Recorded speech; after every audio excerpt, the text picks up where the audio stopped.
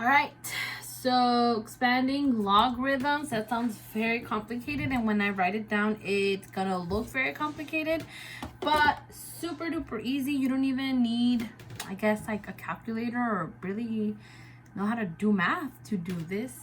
I'm gonna write down the laws of logarithms. So we are gonna be expanding. So this is how I'm gonna write them down. So rule number 1 is when you have a log with a base of b, base can be anything, 2, 4, 6, 100, pi, e, whatever. We usually use just really easy numbers. And when you have two numbers that are being multiplied, we can expand it by separating them, but instead of multiplying, now it turns into addition. So if you notice, the m and the n are still here, except there's a plus sign. And the log has the same base, log b, log b. For example, I have log of 6 u times v. Well, using this rule, all we have to do is log base 6 of u plus log base 6 of v. And we expanded it. So it went from being multiplied to being added. Okay, here we go. Rule number 2. Think about it. We already did the multiplying one. Now we do the division one. And think about it. When you multiply, then you add. So when we are dividing, we subtract. So for example, I'm going to give you almost the same example I gave you in the previous, except we're dividing. And it's super easy. Log base 6 of u minus log base 6 of v. That's expanding it. Last rule is rule number 3.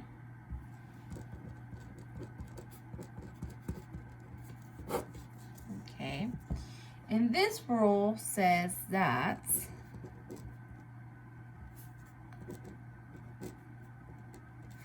when you have an exponent, so see how n is the exponent, you can bring it to the front. So then this n really just becomes a number in the front that really is being multiplied to the whole thing.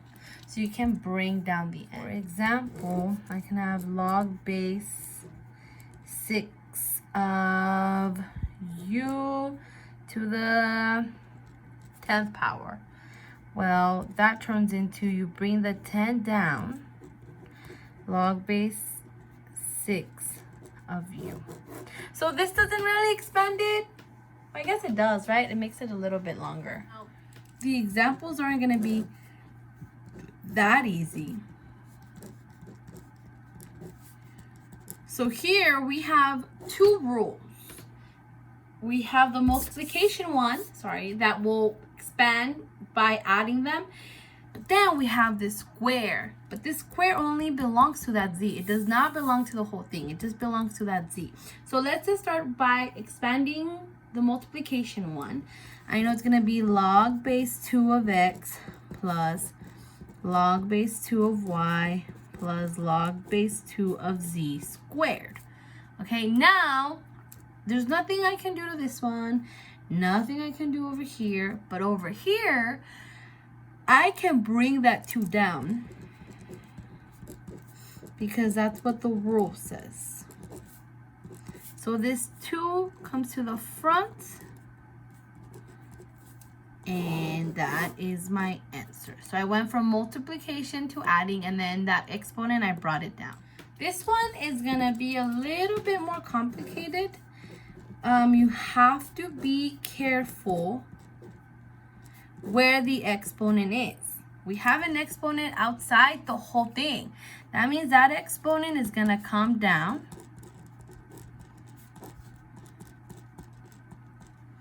Okay. Then, well, we have division. Well, that means that it's going to be 5 log base 6 of x minus 5 log base 6 of y to the 4th power. Notice how because the 5 is with the log, it goes to both ones. It doesn't just stay in the front. And then I can bring this 4 down, but there's already a 5 there. So when I bring this down, I'm multiplying times that 5. So in reality, I have minus 20. Okay, we have a radical. We just learned last week that we can write this as a fraction, as an exponent. So I'm going to do that, because other than that, I wouldn't know what to do. So I know that the x, y should be separated from the z just because they're the ones inside of this radical. And if you remember, there's a 2 outside and then to the 1 power. So that's a 1/2. Okay. So there's multiplication here. So I'm going to do log base 3 of z plus log base 3 of xy to the 1/2 power. Okay, well, I can bring this 1/2 down.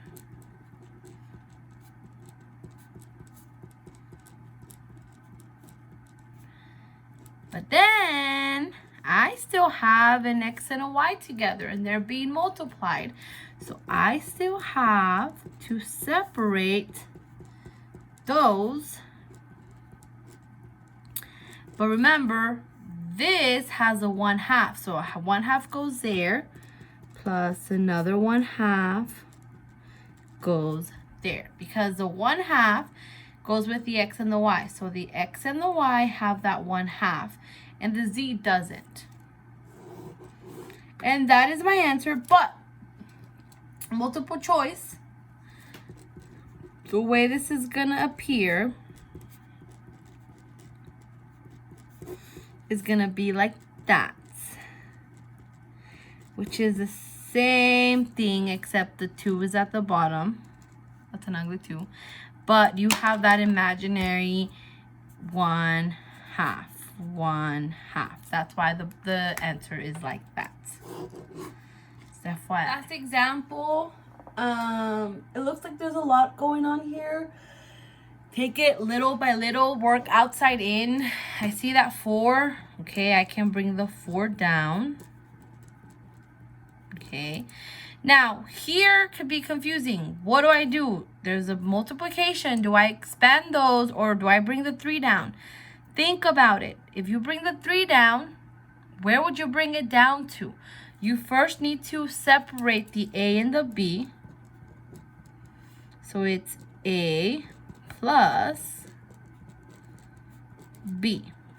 Now you can bring that 3 down because that b is by itself.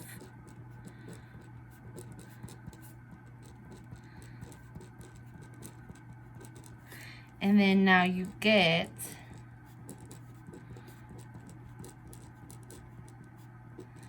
3 times 4 is 12.